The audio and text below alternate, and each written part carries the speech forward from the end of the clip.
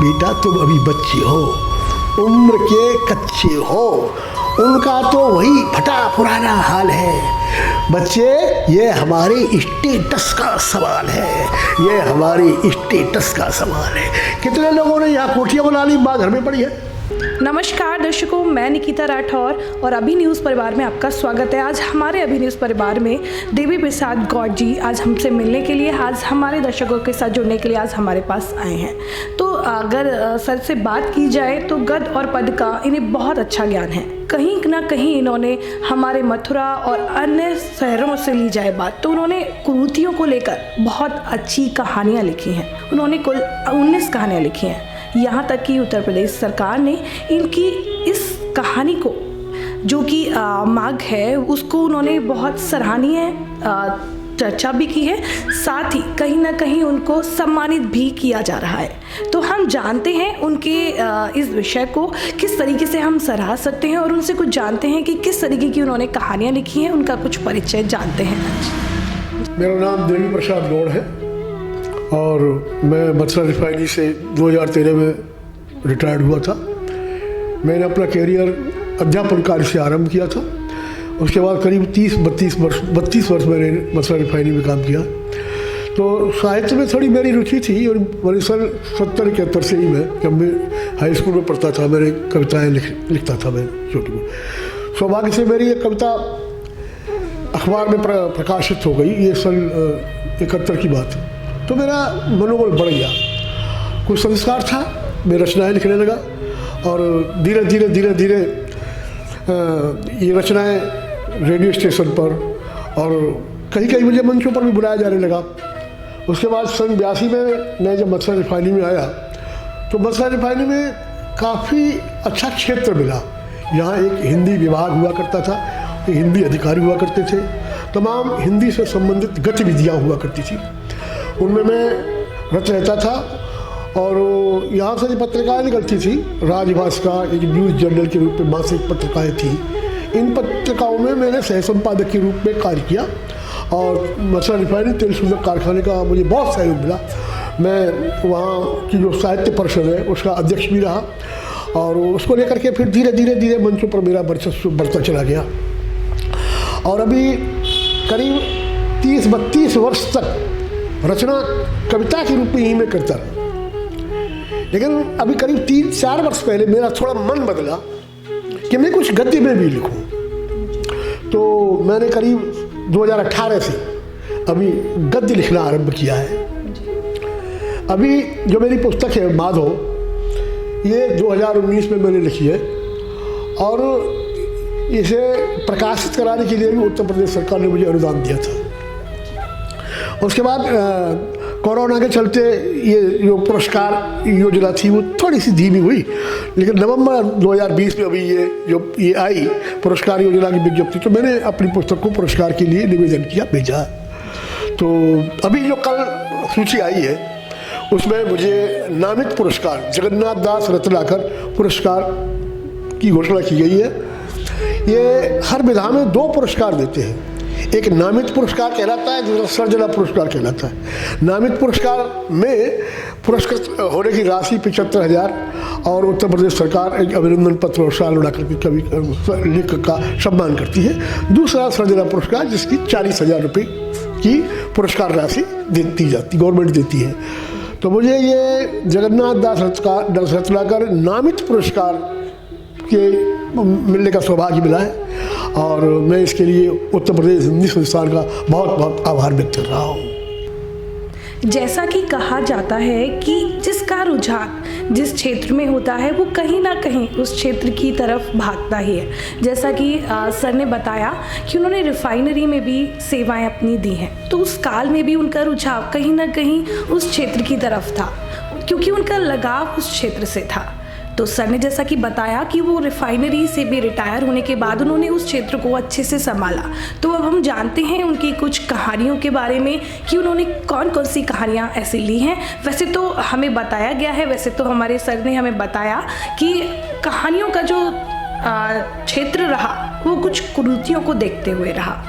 जैसे कि मथुरा में बच्चे हैं या फिर बाहर भी कुछ ऐसे बच्चे हैं जो अपने पेरेंट्स को छोड़कर चले जाते हैं विदेशों में, क्या उनका पालन किस तरीके से होता है या फिर उन्हें किस तरीके से उन समस्याओं से गुजरना पड़ता है। दूसरी चीज़, उन्होंने दूसरा जो सब्जेक्ट लिया वो उन स्त्रियों के साथ जो दुर्घटनाएं घट रही हैं कहीं ना कहीं उन चीज़ों को देखते हुए लिया, यानी कि दहेज पीड़ा। वो किस तरीके से फैमिलियों को इफ़ेक्ट कर रही है, आने वाली पीढ़ियों को इफ़ेक्ट कर रही है। कितना पुराने टाइम से हम देखते आए हैं कि हर क्षेत्र में आगे लोग बढ़ चुके हैं, लेकिन कहीं ना कहीं वो दहेज जैसी एक कुरीति, मानेंगे इसको कुरीति ही है, उससे इफ़ेक्ट रहा है। और इस बारे में हमें आगे बताएंगे कि किस तरीके के उनका रुझान उस क्षेत्र में कैसे बढ़ा। असल में ये जो माधव है पुस्तक है मेरी, इसमें 18 कहानियाँ हैं। तो मैं ब्रज क्षेत्र का रहने वाला हूँ, ब्रज की माटी से जुड़ा हुआ हूँ। ब्रज क्षेत्र में जो कुरीतियाँ हैं, जो सामाजिक विसंगतियाँ हैं, ये मुझे हमेशा कौंधती रहती थी। तो इन विसंगतियों को मैंने अपनी कहानियों के माध्यम से समाज के समक्ष रखने का प्रयास किया है। देखिए, एक कहानी है मेरी, उसमें रौनक, यानी आज परिवारों की टूटन जिस तरह से हो रही है, हम देख रहे हैं कि परिवारों की टूटन में कुछ पति पत्नी के बीच में तलाक होता है, एक दो बच्चा है उसके अंदर वो खड़ा रह जाता है बीच में, बड़ी तकलीफ होती है, वो कहाँ जाएगा वो बच्चा। ऐसे बच्चों की बड़ी दुर्दशा हो रही है। अब इसके लिए जिम्मेवार कौन है? इस कहानी को लिखते लिखते मेरी आंखें भर आई।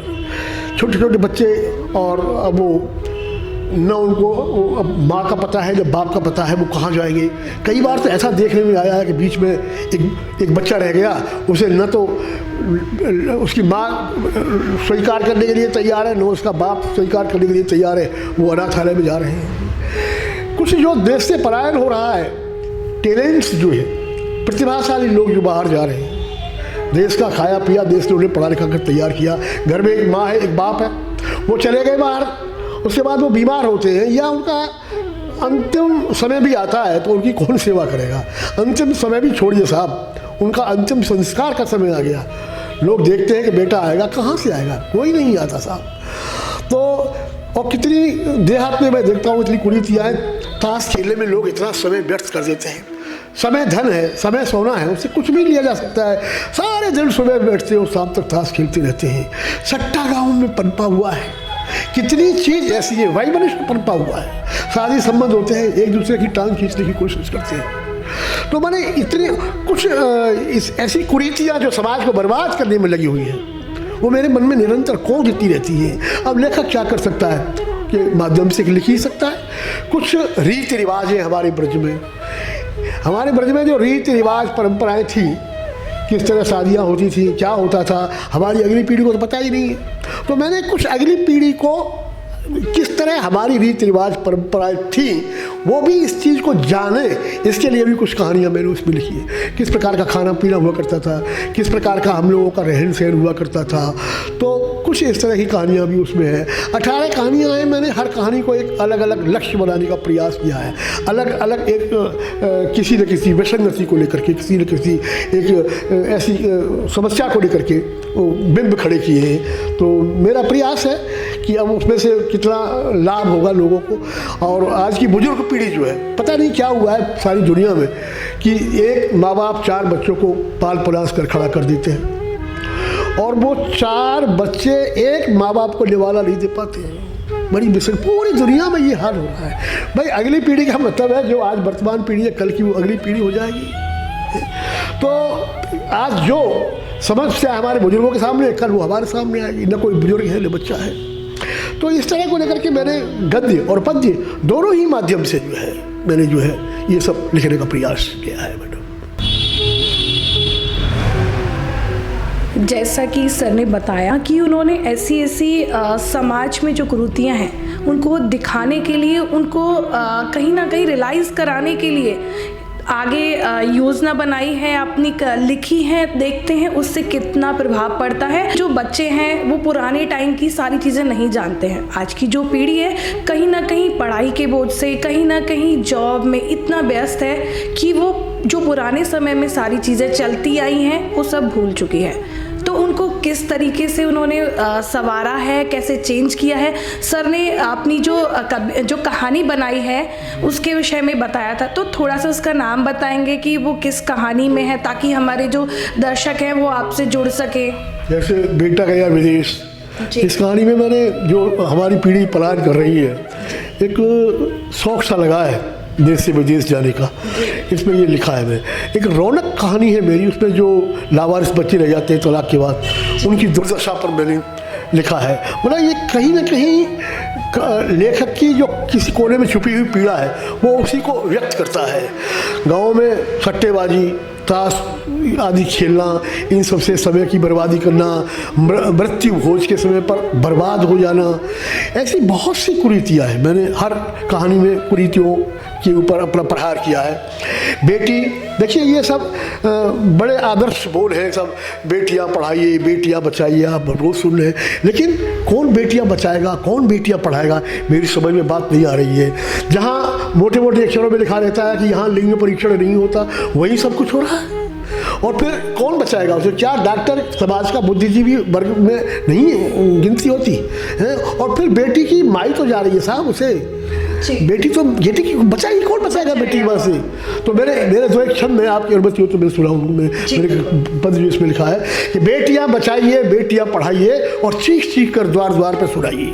अरे षड्यंत्र से प्रतीत हो रहे हैं बोल, आदर्श के जनाजे ही बाजार को सजाइए।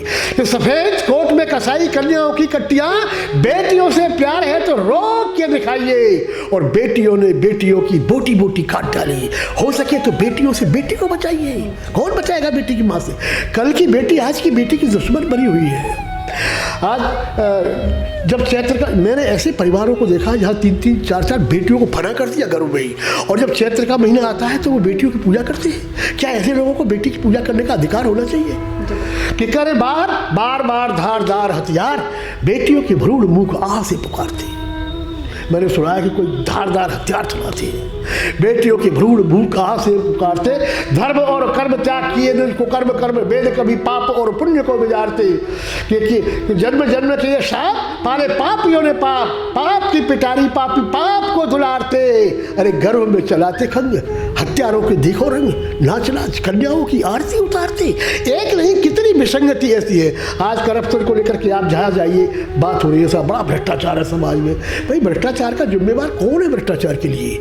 आज जो आदमी, एक ही आदमी सवेरे रिश्वत दे रहा है, शाम को ले रहा है, दोनों काम कर रहा है। कोई विरोध करता है कभी रिश्वत देने का? हर आदमी देने वाला भी तैयार है, लेने वाला भी तैयार है। कि लोक लाज खोई, लेने वाले का ना दोष कोई, जब देने वाले अति ही उदार हो गए।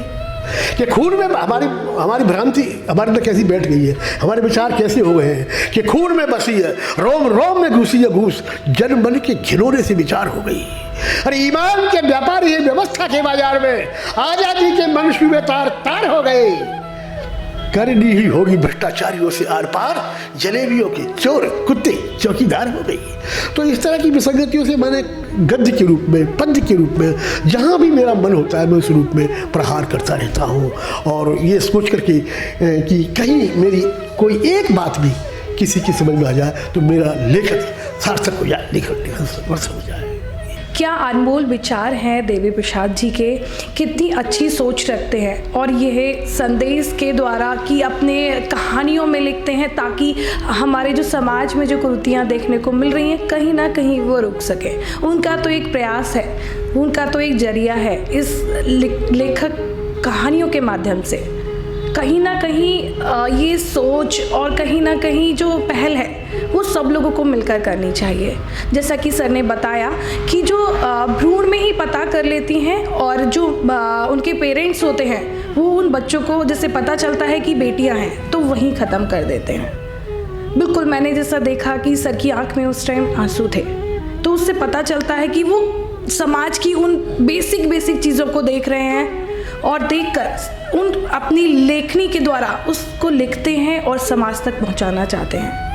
तो कहीं ना कहीं उनका जो विचार है वो समाज को सुधारने के ऊपर चल रहा है। तो मैं चाहती हूँ सर से कि वो एक ऐसा संदेश दें हमारे दर्शकों को, उससे आगे जो जुड़ने वाले लोग हैं उनको, ताकि उनकी लेखनी का एक प्रकाशन हो सके और उससे वो आगे बढ़ सके।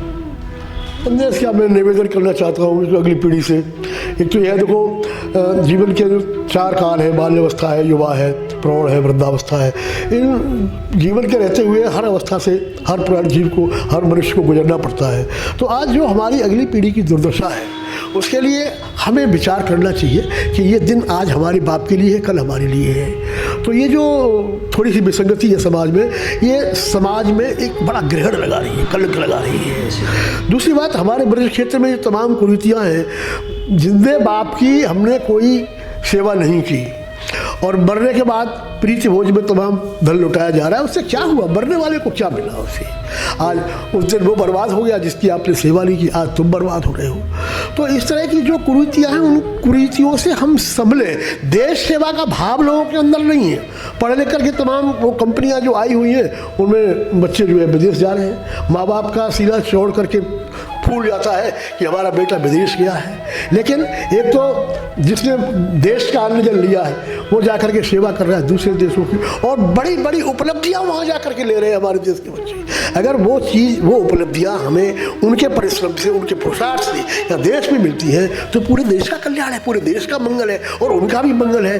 तो मैं इस चीज़ के बिल्कुल खिलाफ हूँ कि ये जो पढ़ लिख करके जो बच्चे पलायन कर रहे हैं, ये सब जो जा रहे हैं, और भी इस तरह की तमाम कुरीतियाँ हैं। और ये बेटी बेटा की जो बात है, अरे इसमें कम से कम ये आडंबर क्यों रचा जा रहा है कि तमाम जगह आप किसी आदमी को भाषण देने के लिए बात करिए, अभी वो बेटी के ऊपर तमाम बात करेगा, तमाम भाषण करेगा, लेकिन बेटा बेटी एक सब थी कोरी बकवास, और बेटी का मुंह देखकर सब घर हुआ उदास। घर में एक बेटी का जन्म होने दो, पूरा घर उदास हो जाता है। आज हमारे समय आज तक इतनी बात नहीं आई कि बेटी क्या है, बेटा क्या है, इतना हम नहीं समझ पाए। केवल खाली भाषणों से क्या कल्याण होगा देश का? तो हमें कुछ आचरण अपने अंदर ऐसे ढालने हैं जिससे देश के लिए मंगलकारी हो। यद्यपि सरकार काफ़ी अच्छी अच्छी योजनाएं ला रही है, लेकिन उसे फॉलो करना तो हमारा काम है ना। तो हम फॉलो नहीं कर पाएंगे तो कौन फॉलो, उनको कैसे आएंगी, वो कैसे अडॉप्ट होगी देश में? वो आएंगी वैसे ही चली जाएंगी। तो आज जो है बुजुर्गों के लिए मैं एक बात बताऊँ आपको कि तमाम परिवार हैं वो शहरों में आकर के रह रहे, वो बुजुर्ग तो बेचारे आज वही गांव में पड़े हुए, उनको ये पता नहीं हमारा परिवार कहाँ रह रहा है, हमारा बेटा कहाँ रह रहा है। वो भूखे हैं, प्यासे हैं, किस तरह की बातें हैं। और कहीं कोई रोजगार शुदा लोग हैं और कहीं अब गाँव में तो बेरोजगारी जैसा आलम है। माँ बाप के पास कोई आमदनी नहीं थी। तो छोटी छोटी जो एक छड़का मैं आपको सुना रहा हूँ। बेटी ने कहा, पापा दादी का फोन आया है, दवाई को पैसा मंगाया है। बेटी जरा धीरे बोल, मन की आंखें खोल, तेरी माँ ने सुन लिया तो मोर्चा तन जाएगा और मेरी माँ का जीते जी मातम बन जाएगा, मेरी माँ का जीते मातम बन जाएगा। बंटी ने सहमते हुए कहा, माम कल गांव चलेंगे, दादा दादी से मिलेंगे। माँ ने कान ऐंठते हुए कहा, तू कुछ अपनी ही धुन में रहता है, अजीबो गरीब बात कहता है। समझ गई, नाली का कीड़ा नाली में ही राजी रहता है। माम यह तुम्हारी कैसी नादानी है? भला दादा और दादी से तुम्हें क्या परेशानी है? बेटा तुम अभी बच्चे हो, उम्र के कच्चे हो, उनका तो वही फटा पुराना हाल है। बच्चे ये हमारे स्टेटस का सवाल है। कितने लोगों ने यहाँ कोठियाँ बनाई हैं, मकान बनाए हैं, लेकिन बेचारी बूढ़ी माँ वो तो गम में ही है। शहर में नई कोठी के उद्घाटन पर तो माँ आई थी, उस दिन तो गांव से सारी बिरादरी आई थी। माँ चिकने फर्शों पर हाथ फिरा कर देख रही थी, अपने बेटे की तकदीर शीशे में देख रही थी। एक कोने में पड़ा मैला सा थैला बार बार कह रहा है, एक कोने में पड़ा मैला सा थैला बार बार कह रहा है, तुझे यहाँ कौन जानता है, तेरा यहाँ कौन सगा है। दावत खाने के बाद हर कोई चलने लगा है, तू भी चल, सूरज छिपने लगा है, तू भी चल, सूरज छिपने लगा है। अब थोड़ी देर पहले जैसा मैंने कहा कि बच्चे चले गए विदेश और वहाँ माँ बाप रह जाते हैं, तो तन्हाई ने मंदिर से नाता जोड़ लिया है। तन्हाई में भक्ति किसी के अंदर नहीं उमड़ रही है, लोग जाते हैं कि तन्हाई ने मंदिर से नाता जोड़ लिया है। वीरान बस्ती में बुढ़ापे ने वीरान बस्ती में दम तोड़ दिया है। पड़ोसी गाली देते देते हैरान है, कौन सा बेटा कहाँ रहता है, फोन नंबर को परेशान है। दूसरे दिन बेटों ने ड्राइंग रूम में दुकान सजाई है, एक बड़ी सी फोटो लगाई है, फोटो पर बहू ने अगरबत्ती और माला चढ़ाई है। जिंदे जीते जी जिंदे लाचार बाप की लाचारी को दुत्कार, मरने के बाद दिखाया तस्वीरों से प्यार। अरे ऐसे नकली चेहरों को धिक्कार है, धिक्कार, धिक्कार है, धिक्कार। ऐसी मेरी बहुत क्षणिकाएं हैं। करीब एक छोटी सी पुस्तक है, तीसरी अनुभूतियाँ, वो हिंदी से भरी हुई है, तो जितनी थोड़ी सी मुझे इस स्मरण में मैंने आपको सुनाई है, अपने विचार व्यक्त किए हैं। जैसा कि सर ने बताया कि जो आज की पीढ़ी है वो कहीं ना कहीं पुराने लोगों को, बड़े अपने बुजुर्गों को, अपने परिवार को भूलती जा रही है।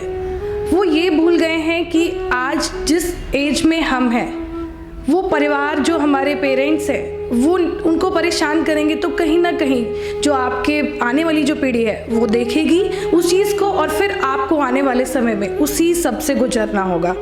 तो सर का जो संदेश है लोगों तक वो पहुंचना चाहिए, और वो समाज में जो कुरीतियाँ हैं उनको कहीं ना कहीं थोड़ा सा समय के हिसाब से कम होना चाहिए। तो आज हम सर से बात करना चाहते हैं इसी चीज़ को लेकर कि वो आगे जो पीढ़ी है उसको क्या एक संदेश देना चाहते हैं। कुछ एक शब्द में आप बताइए। अगली पीढ़ी को एक तो मेरा निवेदन होगा, हम कह तो किसी से क्या सकते हैं कि पढ़ लिख करके देश की सेवा करें और अपने बुजुर्गों की सेवा करें। सेवा ही दुनिया में मूल, लौकिक और पारलौकिक दोनों अवस्थाओं को मेल जो सहयोग करता हुआ है। सेवा ही एक ऐसी चीज़ है जो अपना और देश का और पूरे संसार और मानव जाति का कल्याण करेगी, मंगल करेगी। देश की सेवा करें, बुजुर्गों की सेवा करें, मेरा यही अनुरोध है अपनी अगली पीढ़ी से। तो आज हमने बात की देवी प्रसाद गौड़ जी से, तो उन्होंने अपनी लेखनी द्वारा जो लिखित कहानियाँ हैं उनमें जैसा बताया कि समाज में बहुत ज़्यादा कुरीतियाँ हो गई हैं, उनको देखते हुए अपनी कलम से उन्होंने कहानियाँ लिखी हैं और कहीं ना कहीं समाज को बहुत अच्छे संदेश भी दिए हैं। जैसा कि उन्होंने हमें आपके आगे तक संदेश भी दिया और जो आने वाली पीढ़ी है उससे निवेदन किया है। तो कहीं ना कहीं आपको उन सबको चीज़ों को मानना है और आगे हमारा जो संदेश है जो सर ने दिया है उसको आगे भी पहुंचाना है। और जो सर को सरकार द्वारा जो सम्मानित किया जा रहा है वो उनकी कहीं ना कहीं एक कठोर टाइम की मेहनत है। वो उस समय में भी उनका जो रुझाव था वो अपनी गद्य पद की साहित्य की तरफ भागता हुआ दिखाई दे रहा था। तो आज उनकी जो मेहनत है वो रंग लाई है। तो हमें समाज में जो कुरीतियाँ हैं उनको कहीं ना कहीं ध्यान देना चाहिए, उन पर काम करना चाहिए, उन्हें कम करना चाहिए। कहीं ना कहीं समाज सुधरेगा तो आने वाली पीढ़ी है वो भी अच्छे से उन्हीं चीज़ों को फॉलो करेगी और आगे बढ़ेगी। सर को जो सम्मानित किया गया है सरकार की तरफ से, उनको इसी प्रकार के आगे भी सम्मानित किया जाता रहेगा। और हम सब आपको बधाई देते हैं कि आपको इतने अच्छे काम के लिए सराहा गया है और आपको सम्मानित किया गया है। आगे भी आपको इसी तरीके से सम्मान किया जाता रहेगा। इनकी लेखनी के लिए हम इनको बहुत ज़्यादा सराहते हैं और आगे भी यही कहेंगे कि आप ऐसे ही समाज में जो कुरीतियाँ हैं उन पर आप अपनी लेखनी से लिखते रहिएगा। Mount Hill Academy Senior Secondary School, Mathura. Admission open. Admission fees 0 for classes playway to 11th. Happy thinking and learning environment. Senior branch Ajanakar, Baldev Road, Mathura. Junior branch Gopalganj, Bharatpur Gate, Mathura. Gopi Krishna hospital, जहां हड्डी एवं स्त्री रोग का आधुनिकतम उपचार होता है।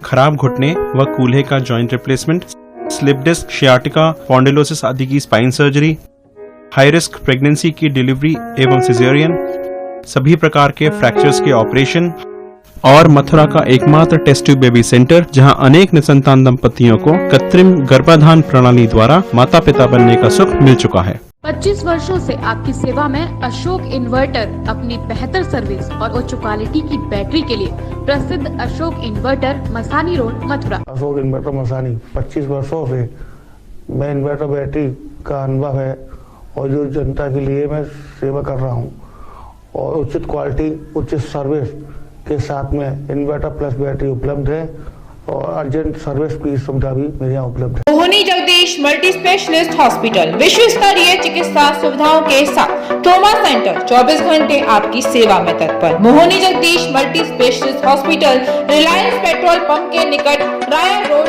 मथुरा।